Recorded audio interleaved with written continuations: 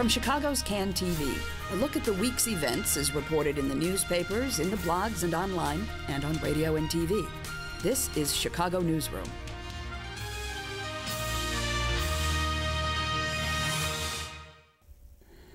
And hello again. Welcome to another edition of Chicago Newsroom here on CAN TV. I'm Ken Davis, and boy, have we got a lot to talk about this week. This is the final show, our final show on Chicago Newsroom of the daily era.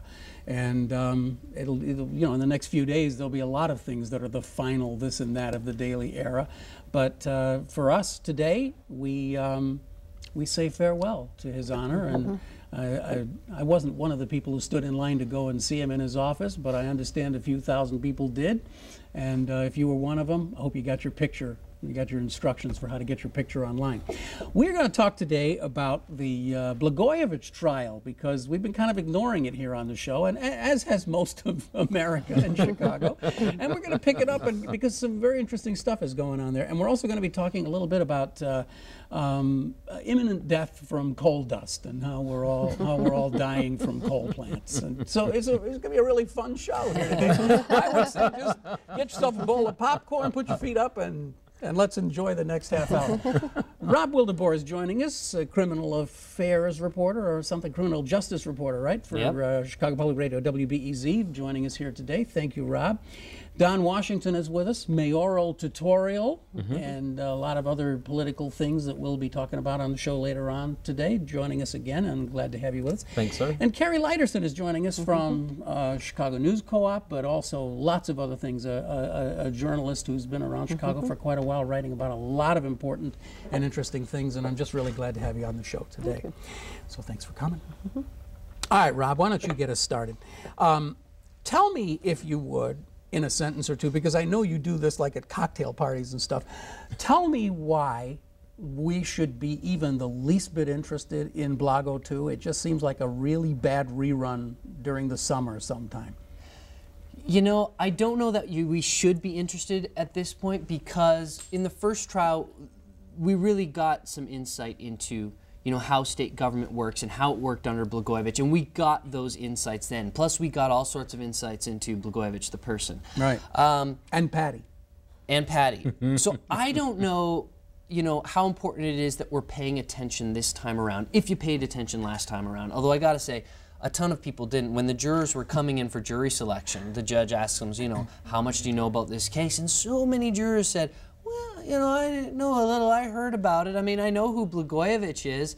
I don't know the specific charges. Anyway, whatever. People don't want to pay attention now, and I don't know that that's the worst thing. But I do think there are some interesting things happening that are just inherently interesting that didn't happen in the first trial. And those are? The top two or three. It's just it's a different game. The fact that prosecutors are focusing so much on the Senate seat allegations in the first trial again, and I don't know, you know, it's almost like the prosecutors trotted this out for an education for the public in the first trial. Like, here's how it worked in 2004 under Blagojevich, and here's what was happening in 2002, and here were these major fundraisers. And so we got a sense for that. Now they're just focusing on the Senate seat allegations. They know what the strong evidence is. It's those phone calls. They know, you know, what's going to sell to a jury, and they're just keeping it simple. And they're saying, hey, if he makes a demand, that's a crime. Here's a phone call in which he makes a demand. Boom, done. Let's go home. That has become really critical as I've read it anyway. The second trial is much more simplified. It's much more to the point. And this notion that if he made the demand, that's the crime. And I find that really interesting, because if the electrical inspector comes to your house and says, wow, that's a really, really bad and unsafe electrical installation you've got there, but for $50 I can make it go away, I could see that's actually a crime, right? That's, I mean, that is a crime. That's soliciting of a bribe. If the governor says, yeah, you know, we could maybe do this, but I think I should have a fundraiser thrown for me.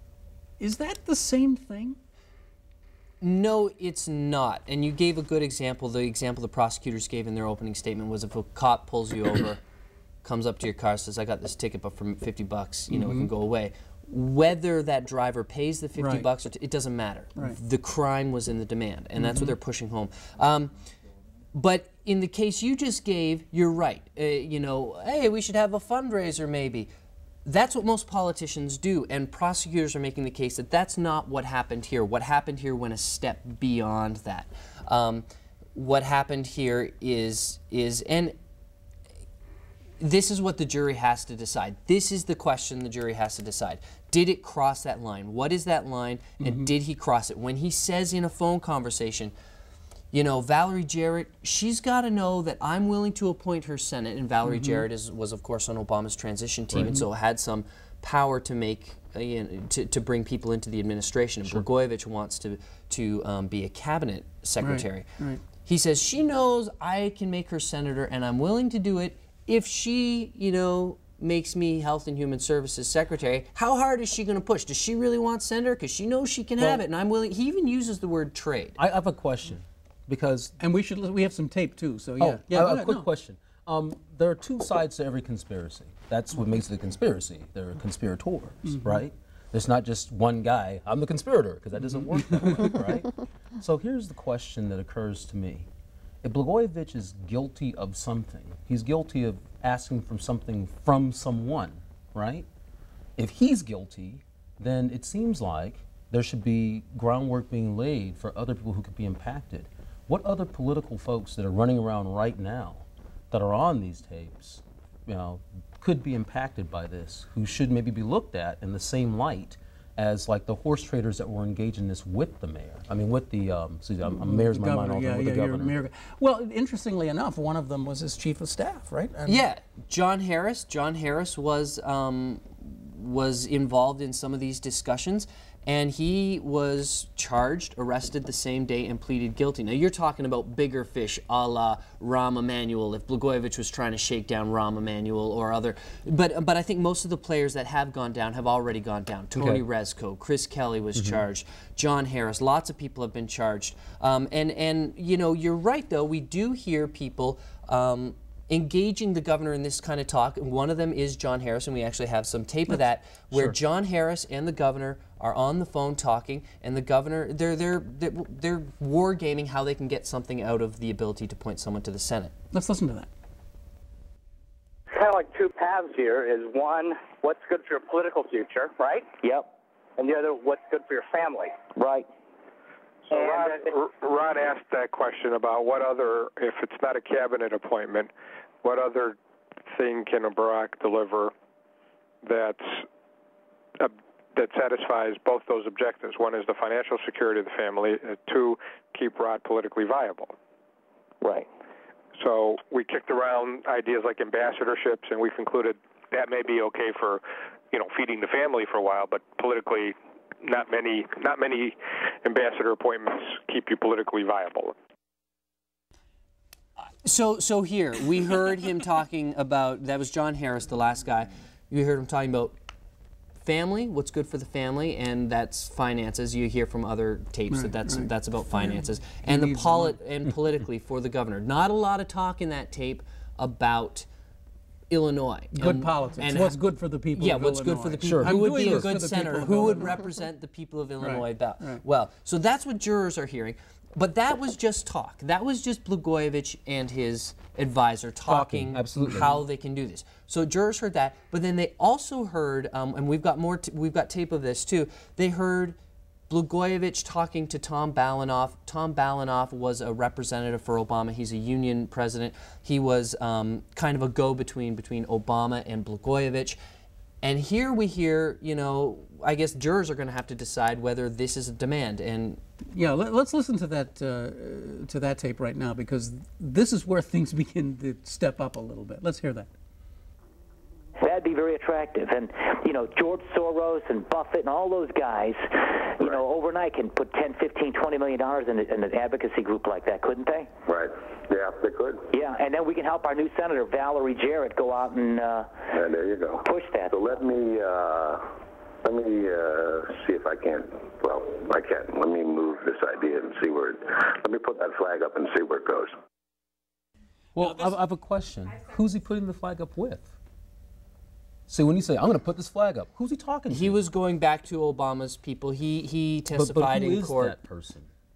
Who is the Obama person he's going back to? Well, he testified that he was in contact with Obama himself. Okay. Obama called him on his cell phone one day. He actually had a funny story where he's like, I got a call on my cell phone, the number was unknown. He's like, I didn't want to answer it because I didn't know who it was. And then he checked the voicemail. It was the president. Tom, it's Barack. Barack Obama, and I want to talk to you about it. But this is a bit more serious, because he really actually kind of throws that in there about the Senate person you want, Valerie Jarrett.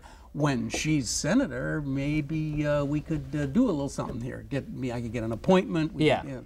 And so jurors are going to have to decide whether that rose to a demand. And I should have said before, what he was talking about there was Blagojevich came up with this other idea. He wanted to head this 501, this nonprofit, and he thought Obama and Obama's people could sink a whole bunch of money into it. George Soros, he mentions there. So if they can set up this nonprofit, then I can help our new senator, Valerie Jarrett. And then there is another tape where he actually says, where he uses the word trade. So jurors have to decide. There's another very interesting aspect that has more to do with the journalism that you're involved in, Rob, and I think this is particularly interesting because obviously we hear these tapes that are all there's a lot of dead air in these tapes from where the governor is using nasty, nasty words. I had not realized, and this is, boy, talk about naivete. I had not realized until yesterday on your blog that in the courtroom they actually do play the real tape, so you hear the real thing. And I don't know how you did this, but you now have put the unedited stuff up on the WBEZ website. And I got to tell you, this is one of those things that it's just the weirdest thing. I mean, we've all heard this a million times, this thing about, the president. But when you actually hear him saying it with that anger in his voice and you hear the emotion of it, it's just a completely different experience. It is. Usually, on air we play bleep him. And so you know what he's saying, but when you actually can get past the bleeping in, because it's the internet, we can post certain things, you hear the rage in his voice when he's, cursing, literally cursing the president. Now, is that the first time anybody's actually made that available to the public? Because I've never heard it before. I think so, but that's a good question. Well, then maybe you're in trouble. maybe this is your last day. I think there's naughtier things on the internet than that. It's right up there, I think. Anyway, it's an amazing thing to just kind of watch this thing. So, the prosecutors are really trying to do something a little bit differently now. They're trying to sort of like consolidate and compress and make him guilty of just one or two little things. Are they going to succeed? I think so. I don't know how they didn't last time, but of course, remember on the Senate seat allegations, there was one juror that wasn't voting to convict. On the other allegations are less clear. But on the Senate seat stuff, when you hear some of this tape, when you hear him brainstorming, I'm in trouble, I need money, we need money. There's little doubt as to what he's about and what he's trying to get. Now, he's floating other plans as well, and that's what the defense is focusing on. He was also trying to work out these political deals. And the prosecutors are going to say, that's fine, but that doesn't negate that at this point, when he's talking about enriching himself, and when he makes that demand to Balanoff, and when he communicates to the Obama people that this can happen, whenever he makes that demand, that's a crime. Well, whatever he's doing, if he's trying to work other political deals on the side, in case the demand doesn't work out, fine. But the point is, when he makes that demand, that's a crime. And I think the last jury was pretty agreed on that, and I can't imagine this jury would seem to indicate. And so defense has their work cut out for them. We'll see what they come up with. So far, they haven't been very successful, and we'll see. Play all the tapes. Well, we've heard quite a few of them actually, and they're kind of interesting. The thing about this that most shocks me is that you're shocked. Oh well, hey, I still find it shocking. But the thing I find most shocking about all this is that in all of the conversations that I've heard, and even talking to people that I know that are sort of around the case, there's rarely ever any deep discussion that pops up around, like, what's best for the people of Illinois? You know, what can we do? What are we looking for in a senator? Like that, like it doesn't come up. Well, but there have been, in Blagojevich's defense, there have been hundreds of tapes recorded, and only a few of them are being played for the jury because those are only relevant because that's when he was committing the crime. You're not going to play all the tapes of him doing stuff that wasn't criminal. That's fine and well, but that's not for a courtroom. So we're hearing the criminal stuff, but there's a whole body of other stuff in which he is talking about appointing Lisa Madigan to the Senate seat as a favor to Mike Madigan, so that Mike Madigan will then stop obstructing everything Blagojevich does in Springfield. And I gotta say too, on these tapes, you really do feel bad for the guy as well, because he is, no, I'm not kidding, because he is really lamenting the fact that he is so screwed down in Springfield. He can't do anything. He can't make a move without it being opposed by Madigan and without it being stopped. So he's just feeling completely useless. And he desperately useless. wants another job. He wants to get out of this government. Well, he hates being governor. I don't know why he ran in 2006. I just don't think that a favor for Mike Madigan, a favor to the Madigans to help out him getting his agenda maybe passed, is thinking about the welfare of the people of Illinois. Still, I still think we're not there yet. That's like another bridge he's not yet to cross. Let's just radically change topics here right now, because we have only a limited amount of time, and we've got Kari sitting here, and Kari, I've wanted for weeks and weeks to get you on the program to talk about so many things you've written, but in particular there's a cover story you did a while ago in the Chicago Reader, back in the old Reader before, when it looked like this, Chicago Without Coal. For years and years and years, the coal plants that are in Chicago, Fisk and Crawford, and there's another one just across the line at State Line, these coal plants have been just ladling the pollutants onto the people of Chicago and Northwest Indiana for years and years and years. People have been trying to figure out some way to stop it. It hasn't happened, but now maybe economics and other politics are sort of combining, and maybe we're seeing the end of this era. Yeah, it looks like that might well be the case, although you probably could have said that 10 years ago, you know, these coal plants especially, I mean, State Line, it looks like will close, but the ones in Chicago are pretty intractable, or the company Midwest Generation that runs them seems really determined to just keep these things open until the very last minute, and at least the last minute that they can keep them open without making major investments in the pollution controls that people have been asking them for at least a decade to do.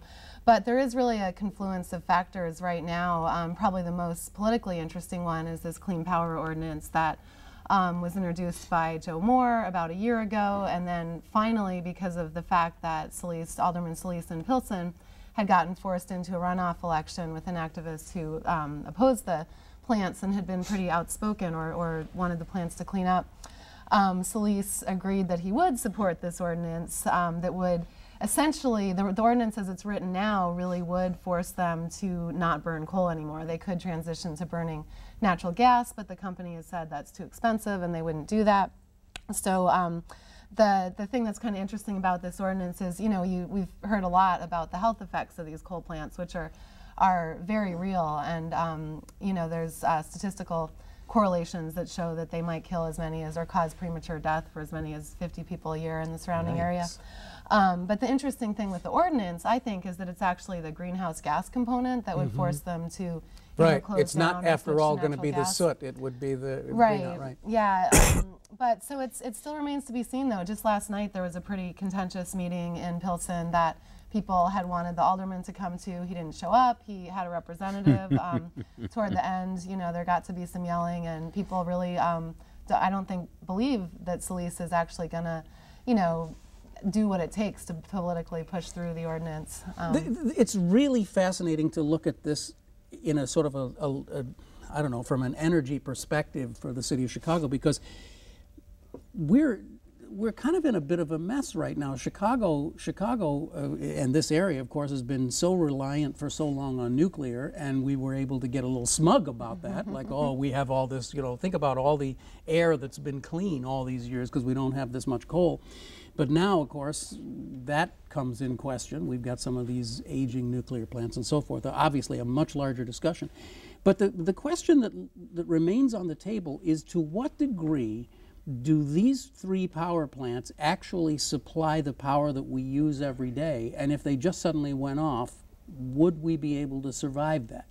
Oh, yeah, and even the company doesn't dispute that we really don't need the power from these plants. There's really no doubt about that. We actually export power, and there is an issue with the stability of the grid, but ComEd is undertaking what they need to do to sort of get that up to speed. So we won't notice any effect except cleaner air when these things actually go offline. I mean, it's interesting that I don't remember when it was when Midwest Generation bought those plants, but I mean, essentially they were just kind of surplus scrap that ComEd wanted to unload, and they just said, oh, wow, it's like you've got this, 1964 car, and somebody's willing to give you $1,000 for it. Let's do it, right? That's a good analogy. And they bought these things for a good price. ComEd, got rid of them, but then they've just been kind of stuck ever since, putting millions and millions and millions of dollars trying to keep these dogs running, and I just don't understand the economic model. Yeah, I actually really don't either. It is surprising how determined they have been to keep these open, because from what I understand, it's not like they're actually big money makers. It's almost more like they're trying to recoup what turned out to be a bad investment as much as they can before they are forced to shut them down. And it actually has been surprising to me that they have just been so determined, and also that city politicians have been, for the most part, so complicit in not moving faster. And then, I mean, there is both the Department of Justice and the state since 2009 have been suing Midwest Generation over these plants, and also there are 4 other Illinois plants, but those processes always move slowly. And it was kind of interesting last night at this meeting, a lawyer was talking about recruiting people for a class action lawsuit about the health effects of the plants, which would be pretty interesting. I doubt it would be a hard sell, I think, since you really can't prove the health effects that they're having, and I think it would be pretty unprecedented if something like that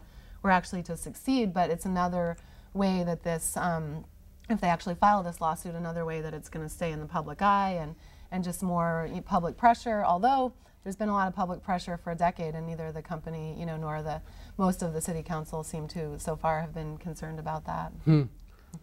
The thing that is so bizarre about this is that we have these plants located right in the well, not in the middle, but right in neighborhoods in the city of Chicago. I mean, you drive by them and there's this huge coal smoke plume coming out of it, and you drive by and you watch that and you think, that electricity is being generated and sent to someplace out east or somewhere else. We don't even get the benefit of using it to dry our clothes with it or something. It's just, it's a really strange economic thing, and I've never quite understood it. Although one thing, and I totally agree, but one thing that's interesting, where I actually probably have a lot of common ground with the company, is they always point out the other pollution sources in Pilsen and Little Village and in Chicago in general, which is the diesel emissions from the trucks and the trains that go through there. Right. And that's a lot harder to address. City officials and even state officials can do almost nothing about that. But in environmental terms, you're talking about single source versus multiple sources, right, and exactly. it's much easier to shut off a single source plant than knock off 5 or 10% of the pollution. I just find myself thinking, and this is, I've been reading your stuff, which I think is awesome. I find myself with 2 big questions. One, eventually, when these plants go away, is Midwest Generation or Exelon or anyone going to be on the hook to pay for the remediation, the long-term rehabilitation of the sites? Because usually what happens is they just turn into, like, what do they call them, brownfields, and then they're just a toxic thing that just sucks resources out of the community forever, right? That's one thing that happens. Or because they're so polluted and they're not willing to put the remediation money into it, it turns to a thing where the only thing that can go in there is something just as bad as the thing that was just in there. So that's one thing. And the second question that occurs to me, and again, you being the expert, you may know, because I desperately need to know, the company has been externalizing their costs via profit for a long time to ship this energy someplace else anyway. Is there any kind of clawback that can happen? Because the Supreme Court recently ruled on some class action stuff, which makes the class action thing really dicey. So, is there going to be any kind of thing where, 1, they have to remediate the site eventually, and 2, is there going to be some kind of clawback of the ridiculous profits these guys have dragged out of there by stalling and not installing scrubbers and whatnot? Yeah, those are interesting questions. As far as the site, I mean, as far as the economic costs, I guess that's what this class action lawsuit will try to do. But I mean, I'm not a lawyer, but I kind of doubt that they would be able to actually get any money from the company for the economic impact. I mean, the Environmental Law and Policy Center did a study pegging the health costs at I think it was over 100 million, but there's really no way you can prove that. And you know, that also, I mean, people could argue with the methodology, and so I doubt that the company will end up having to pay anything for any sort of health cost. And then in terms of the site, I don't know of any obligation they have to remediate it. I'm guessing they don't have one. And on that same note, those same sites, and actually 30-some other sites throughout the Chicago area, still have these lagoons of toxic coal tar underground from, you know, decades ago, and that hasn't been cleaned up. So, you know. Can we use that for potholes or something? Right. It's a real threat. Why if this has been a political issue, why is Solis not at the marching, like leading the parade on this? I think he was for a brief period right before the runoff. Right before after the election. You know, I always, my greatest regret about this show is that we always run out of time on everything. Don, I do want to just have you talk a little bit about Mayoral Tutorial. You're reviving it now. We have a new mayor, right? Well, yeah, and I'll be really quick because I don't know how much time we have. Got about a minute. Well, then I'll be really quick. Enjoy your minute. So we're doing a relaunch of the Mayoral Tutorial. It's our interactive educational town hall meeting, would be happening in different places across the city with different special guest stars like aldermen and congressmen, that kind of thing. And it's basically a watchdog on the new administration. We're doing our relaunch at the Heartland Cafe on the 17th. Starts at 7 o'clock, ends at around midnight. And there'll be people there like Anna Elizabeth Moore to talk about our new corporate city. Amisha Patel to talk about, it's our new corporate city. Amisha Patel from the Grassroots Collaborative will be talking a little bit about, like, you know, what people have got to do to have their needs met. We'll have Bill Ayers will be there to talk about a humane city. It's a great presentation, you've never seen it before. I'll be doing a media toxicity quiz to see how much do you actually know about our new mayor's policies and how are they going to impact you directly, because my bet is most people have no idea. And that will all be happening at the Heartland. That's, you said Saturday night? No, at the Heartland Cafe on the 17th. So next week, which is Tuesday. Starts at 7, ends at 12. Come in, it's free, it'll be a lot of fun, there'll be bands, it'll be dancing, and there'll be craziness going on. Okay, all right, enough, Don, enough with the shameless promotion. Oh, yes. Right? After all, we're a non-commercial operation here. We've got to go, and I really want to thank Kari Lydersen and Rob Wideboer and Don Washington for being here on the program today. Interesting discussions, and we'll have more for you next week, because next week, we start the first show of the Rahm Emanuel era. And we've got Ben Joravsky and Bruce Dumont joining us next week, so we'll find out what they think about it. You've been watching Chicago Newsroom. It's a community service of CAN TV. You know you can find this right here on cable. You can see this and other programs online at cantv.blip.tv.